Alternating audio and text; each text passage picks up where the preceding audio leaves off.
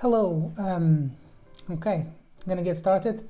So this is episode 4 of how to invest, and gonna talk about a few different topics here. Theme diversification, should I leave some cash on the side when investing, and how to really think about navigating volatile markets. So as always, I run this podcast live on a Friday at 9 a.m. Eastern Time in the US.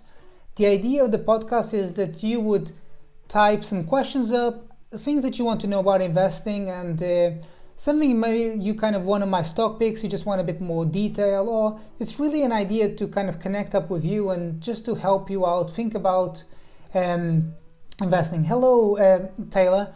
Good morning. I'm very excited to see you here. I know that last week you were not available. So anyway, as I was saying, if you have a question, if there's something's come up and you kind of want to know something about either my investments or something that about investment generally, type it up and I'll look to address it. So just to kick this off, the thing that I'm going to talk about today is about theme diversification. Okay, so what does that mean?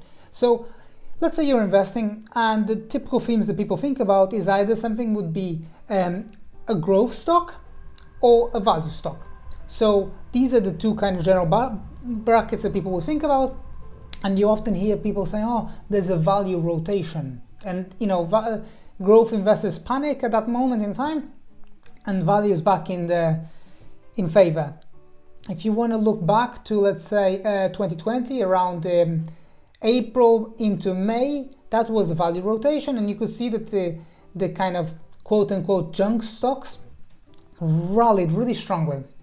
And then after that period of time, starting February this year, it's really just continued just taking down, and there's been a rotation back into growth names to a certain extent.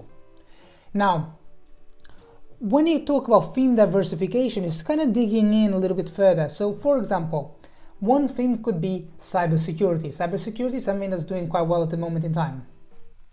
Another theme could be digital advertising stocks. Okay, so in this example, you'd be thinking of stuff that has exposure to digital advertising, and within that, you could think about different types of brackets. For example, you could think about a more kind of traditional digital advertising, for example, the social media platforms, or you could think about something that is outside of those walled gardens of, let's say, Google or Facebook, and you could look towards things that are outside of that, for example, the trade desk. So that would be another opportunity.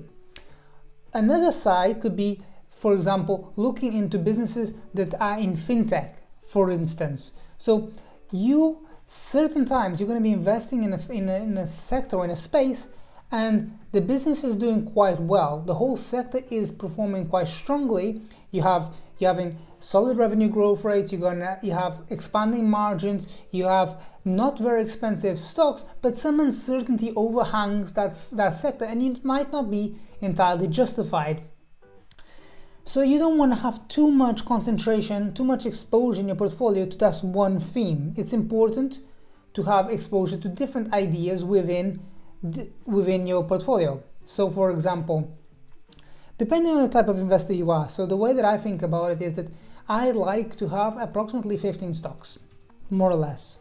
The way I think about it is that when it comes to investing, if you have, let's say, 25 investments, it's very, very difficult for you to be in touch and to think as a business owner through those investments. You end up just looking at the share prices going up and down and kind of getting some kind of dopamine as they kind of go green, or you kind of get stressed out.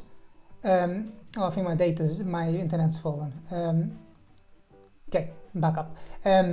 So you kind of think, sorry, my internet just cut out for a few seconds. So when you're looking at, you have, let's say, 25 stocks, you just end up looking at the share prices and you're not exactly thinking through what are those businesses doing. So the way that I think about it is, if you want to have a bit of exposure, let's say, for example, within tech, for example, you want to have some exposure to a certain type of profile. So For example, you're going to have, let's say, 10% of your portfolio could be in a certain theme. Now that's quite a big concentration, and it has, you have risks and opportunities with that. The risk is obviously that you don't know the future. Nobody could have really predicted COVID and how that played out. And if you want to see an example of how the market is very much aware of things, but the market has difficulty in predicting the future, you just look to the airline stocks and how they did in January, February of 2020. And then when COVID happened, even though everyone had known about SARS and everyone had known about different types of pandemics, the markets for airline stocks just plummeted. And even the likes of Buffett kind of felt, okay, I'm a bit unsure how things are going to unfold. Obviously, Buffett turned out and said at the annual meeting that because they're a big shareholder, they might have been on the line to have to put in some capital to shore up those airlines, and they didn't want to be in that position. That's a fair, it's not my place to comment on that, but it's just to explain that it's sometimes very difficult for all the knowledge that the person has or the market has. It's difficult to predict the future. Sorry, I got a question here. So if all your stocks are in one sector, let's say tech, but they're different types of stocks, is that diversified? So the way I think about it is I like to be invested predominantly in tech. Now, tech varies, okay? So you got productivity businesses, you got fintech, which are credit services, you got advertising. So tech is becoming so diverse that it's not really tech. So for example, Tesla, is that tech?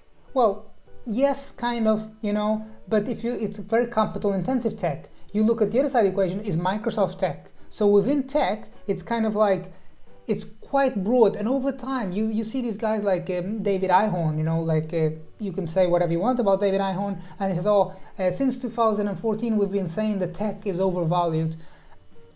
And I'm like, yeah, okay, even if tech sells off tomorrow 50%, if you look back to this assertion since 2014, I mean, it's pointless. It's pointless saying that. And you see him at the Robin Hood conference still saying that in 2020. And it's kind of difficult to say what is tech, because tech is becoming so specialized. And you look at some of these, for example, Salesforce has nothing to do with, like, say, Tesla, and Tesla has nothing to do with Asana, and Asana has nothing to do with the trade desk. So tech is becoming so much of a wide bracket that is kind of, you can be quite diversified within tech. So right now I invest in 6 stocks, all except 2 are in tech. And then the majority is in index funds. So I'm a big believer in index funds. Index funds are absolutely amazing. I think that, a lot of investors don't want to do index funds, and I strongly recommend that people seriously consider buying index funds. I do not think that the disadvantage of owning index funds is that big. People say, I like to kind of outperform the market. The market is very difficult to outperform. And if you just look at it, in the last 5 years, for example, okay, so here's a good example, right? So in the last 5 years, my portfolio has compounded at 22%. The S&P has compounded at 15%. I work day and night and day, around the clock to do that tiny bit of outperformance. And it just makes you think, someone without any hard work at all could have compounded at 15% over the last 5 years just by being invested in an index fund. So the index fund is actually something that is very, very good.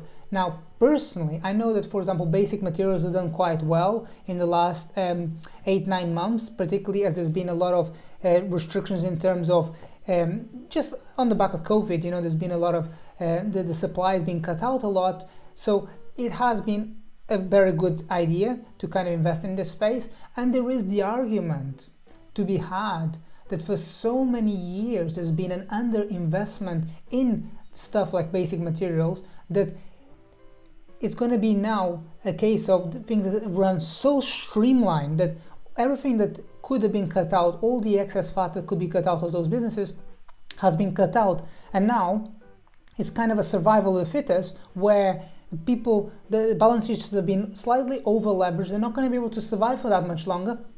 And then you have the likes of the businesses, the biggest ones that have strong balance sheets that can do really, really well. but investors are just kind of shunning those opportunities. Although in the last 8 months, as I said, they've been a bit of a bull in there, but I don't particularly like to invest in that type of thing. I don't like to invest in those type of businesses because it's quite difficult to pick out the best. And when I talk about the best, I'm talking about a business that can give you a few things. So when I look for high quality businesses, I'm looking for businesses that are very, very predictable, that it's easy to understand where the business is going to be over the next 3-4 years. With the basic materials types of businesses, there's so many different macro factors. And the other thing that I would know as well, if you don't mind me saying, is that having just 6 stocks is probably quite difficult to do. I just want to put it out there. It's having, let's say, 10 would give you a tiny bit more diversification, because ultimately what you do want to do is you want to not get overwhelmed when things hit the fan, because every so often things do hit the fan, and you want to be in a position to be able to have what I call staying power. You want to be able to stay invested for what I call the 20-year game.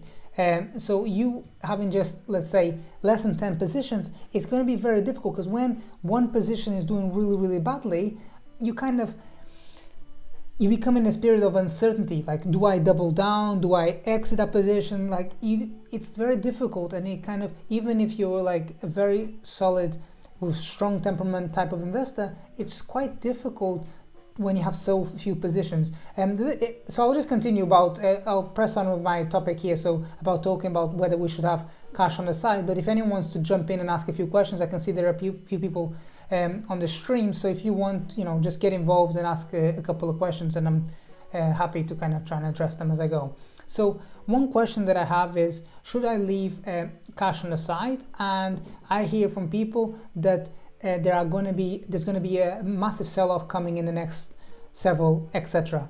And when I think about investing, I think about staying in this investment process for the 20-year horizon. So even if, for example, you keep some cash on the side, there is absolutely no guarantee that when things go sour, you will be able to pick the bottom. So you've missed out on compounding on the good periods, and when things hit the bottom, you want to preserve that capital. You've been holding on for it for, let's say, 6 months or 9 months. You've been holding on to it, and when things hit the fan, you don't want to just go in into the fear. It's likely that you're gonna miss time that anyway. So I don't believe in keeping that capital on the side. I also think that it's important to deploy your capital into as good as businesses as possible, because when the sell-off comes, as we saw in the back of COVID, the businesses that ended up doing better were the businesses that had the strongest appeal for investors. And you can see this playing out right now as well. For example, since February into May, many high growth names really kind of sold off. Okay, so from February into May, high growth names sold off, and then from May into July, many stocks picked back up. But since July, I've started to see the market diverge slightly, where the highest quality opportunities are being picked up by investors, and anything aside from the highest quality opportunity is just kind of tailoring off and kind of selling off slightly. So it's important to think about that. So when you buy a business, you want the highest quality business possible, because you want to have no doubts where the business can go over the next 3-4 years. That's what you want as an investor. You want the predictability of the business. That's what you want to try and get. So when I started investing, I started thinking about obviously the Buffett route, and I stayed with the Buffett route of trying to buy what is traditionally called value stocks. But once we went through that difficult recession COVID period of March 2020, and everything hit the fan, but the businesses that did best were actually the high growth names. So before the COVID period, I always had the illusion that I was buying cheap businesses, that if there was ever to be a sell-off, that my businesses would sell off less, and that the high growth names would sell off the most. Actually, everything sold off at the same period. Everything just went down 10% day after day after day. And then the things that recovered the quickest were the high growth names again. So nowadays I've got what I call the hybrid portfolio. The hybrid portfolio is where I split the portfolio in half, and I have half, which are these kind of low growth traditional value stocks, and then I have the other half, which is the high growth names, because I don't want to be, I know that the low growth names are not going to be compounding as quickly, but I also know that gives me a bit of firepower. And if things sell off dramatically, these businesses should kind of give me something of firepower, because they're not that exciting, they're just kind of ticking along, and it should give me some kind of, because those businesses have a lot of cash on the balance sheet, it should give me some kind of room to maneuver and to go back into high growth opportunities. Because really what you want as an investor is really to compound the whole portfolio. But I believe that the hybrid portfolio kind of just smooths out slightly the exposure into certain high growth names. But ultimately, I'm a big believer that, you know, Buffett's strategy worked very well coming out of like 1950s, 1960s, that it was compounding at 30%, and into the 80s when there was an advantage because investors didn't really have as much information at their fingertips. It wasn't as clear and transparent, the disclosure, the financial disclosure. Nowadays, anyone can check out on any financial platform the SEC filing. So the informational edge of being able to buy something for so much cheaper has kind of eroded. And I would actually wonder if, for example, Buffett was investing in 2021, would he really be buying those kind of opportunities as a value investor, or would he actually be much more of a different style of investing? So I don't obviously know, but I just kind of wanted to kind of point out that what Buffett has done extremely well is he's gone from in the 50s, 1950s into 1969, going from, sorry, even 1955 really, because then after it changed a bit, but so from 1955 into 65, he kind of was buying these kind of nets, and then he migrated to buying stuff for less than book value, and then you kind of see the likes of American Express and Disney getting thrown in there. He's kind of going for price to earnings investments, and over time he migrates and he goes into Coca-Cola, so he's kind of migrating and adapting to different strategies over time. And you see obviously now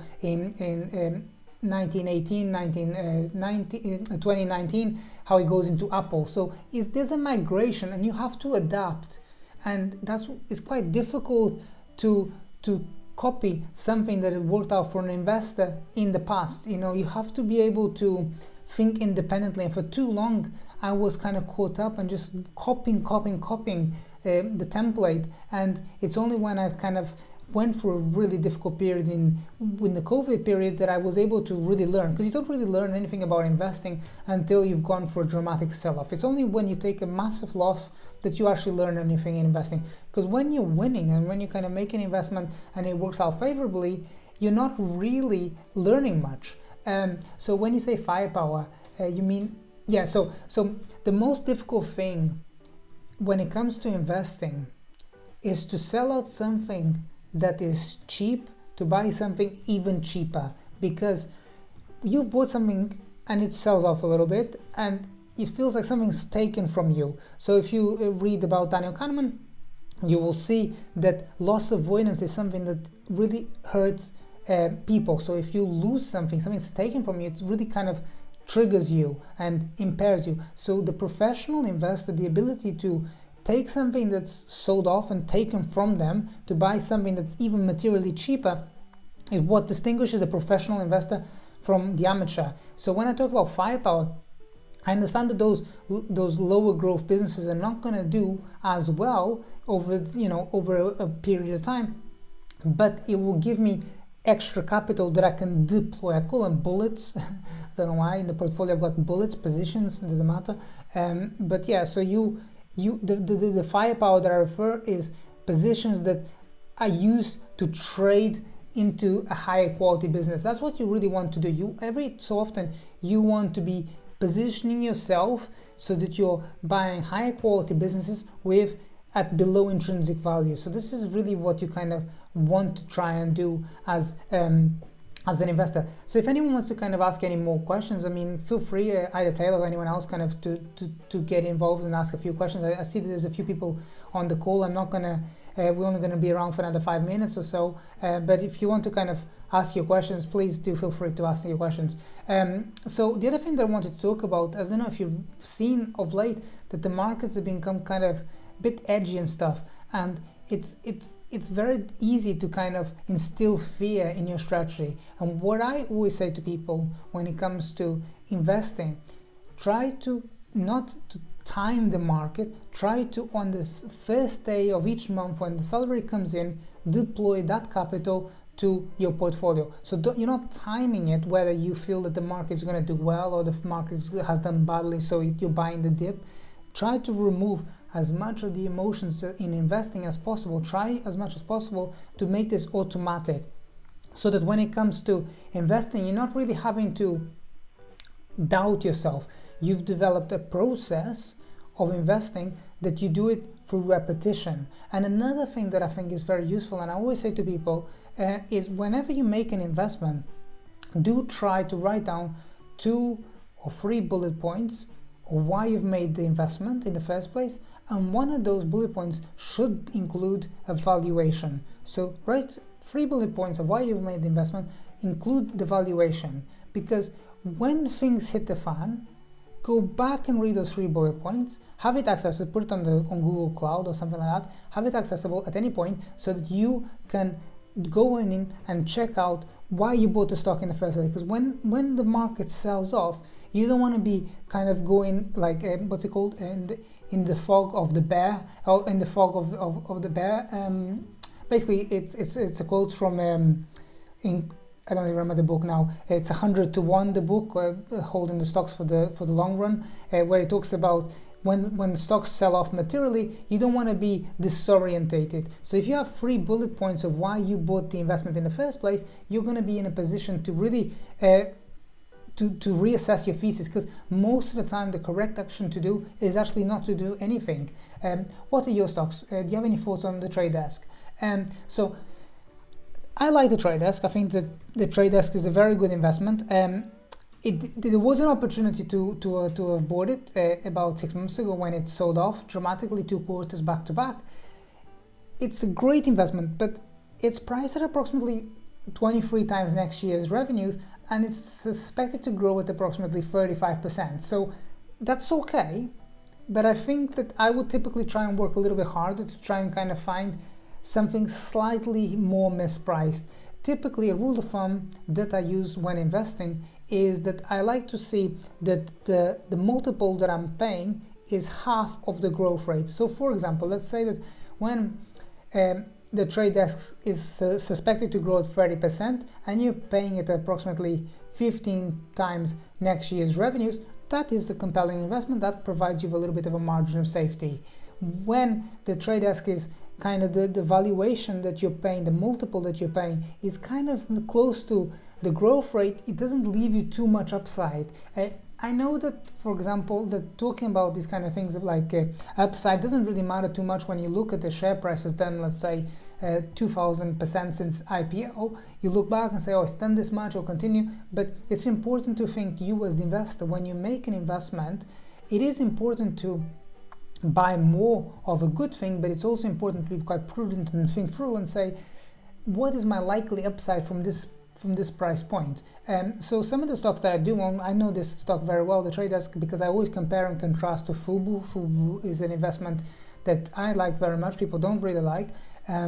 I believe that has a lot of overlap with the trade desk. So for example, Fubo's business has 85% of the business is a streaming business. That is never going to be profitable, that side of the business, and you can just pick it up and throw it in the bin. Then you got the 15% of the business that is the advertising business. This side is really, really attractive, and much more attractive than people give it credit for. It's like Roku, when Roku was in 2017 and they just had the hardware side of the business, so it was kind of growing the advertising side of the business. People didn't really value Roku that highly, but over time, as the advertising business grew and became stronger, and investors kind of re-rated the stock much higher. And the same with Fubo. I believe that 15% of the business is growing at 100% year over year, even faster. Last quarter they grew at I think I lost the data. So sorry, the internet keeps cutting out.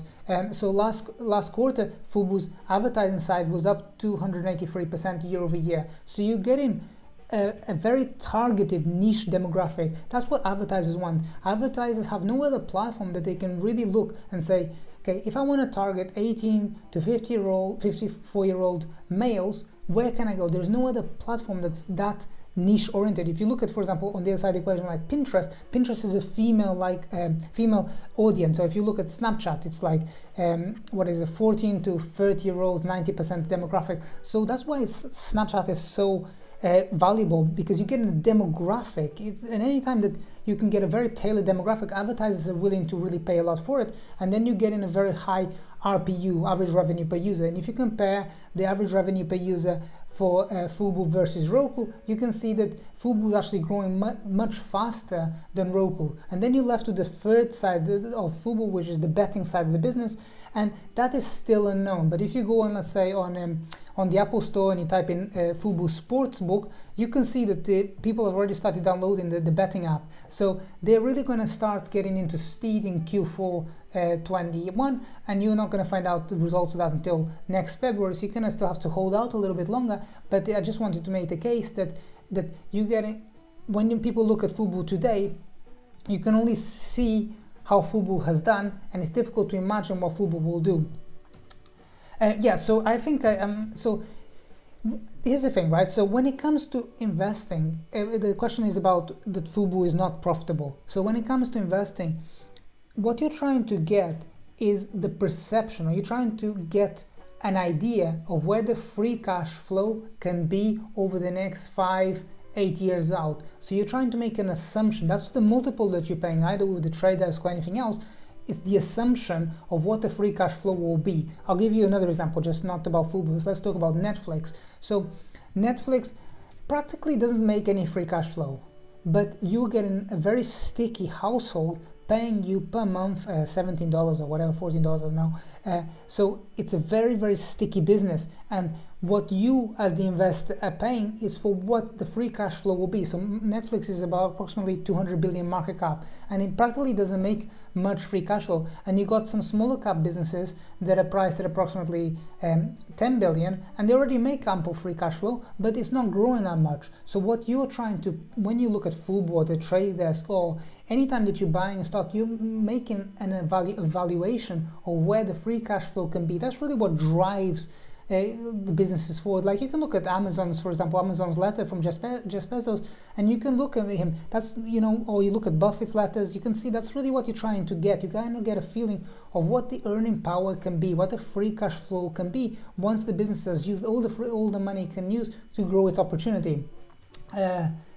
Well, I will look. Yeah, cool, okay.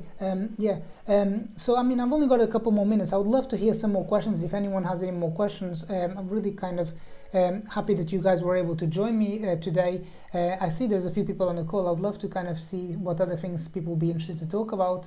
I'll just give it another minute or so if anyone wants to kind of ask any questions.